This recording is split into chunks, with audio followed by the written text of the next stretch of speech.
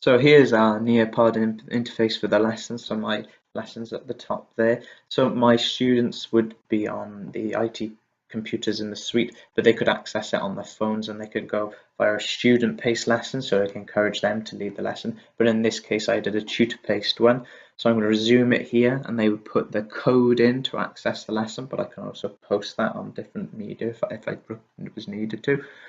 So the students will sign in, and then I can do my aims and objectives and get them in early on. This whole teach was leading up to them designing a checklist at the end. They would collaborate. So in order to build up to that, I introduced them to some aims and objectives, and I was going to start with the Quizlet link, which will take me off site. So this is a bit of gamification in practice here, where they could look at some key terms and definitions that I've set up for them there. And this could be accessed prior to the lesson, but I thought I would also explore it with them on the day, also to ensure that I could test that everyone knew some of the key definitions that we needed before we could get to the kind of end main tasks to help scaffold it. So there's a lot of features in Quizlet, such as the learn mode and flashcards, where they can actually explore themselves there, and I was free to walk around the room and interface with them as well. So there's one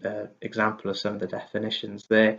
So there was quite a few that they could go through, and they also had a test mode or a live mode where they can try some of the new features on there, and the gravity mode, which helps spelling. So I can help put the key terms and definitions, test them, and also they can come back and visit some definitions maybe they didn't have chance to at another time. So it all helps scaffold the final task at the end.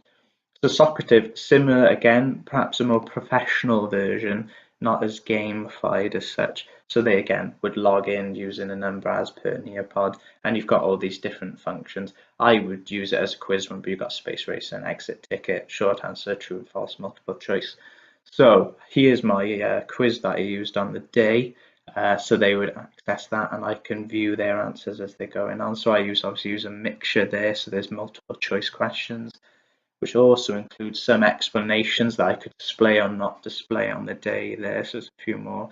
There's true and false with a larger explanation, and then they also lead on to a few fill in the gap ones where I can test people's knowledge further. So again, it's further scaffolding, and also if I want to explore some of the key issues raised on the day, or maybe with people want me to help clarify some points, we can do that.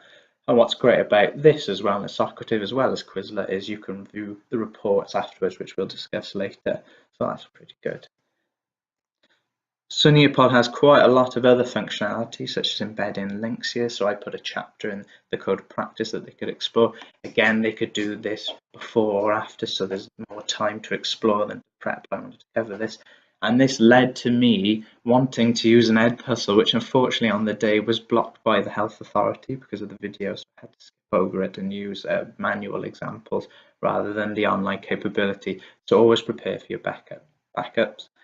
So here's the capacity checklist I wanted to do. So on Nearpod, this is a function, it's like a collaborative board. So I can approve student comments before they post. I can post my own as hints, and I could also provide them with handouts on the day to help structure it, to give them a time limit.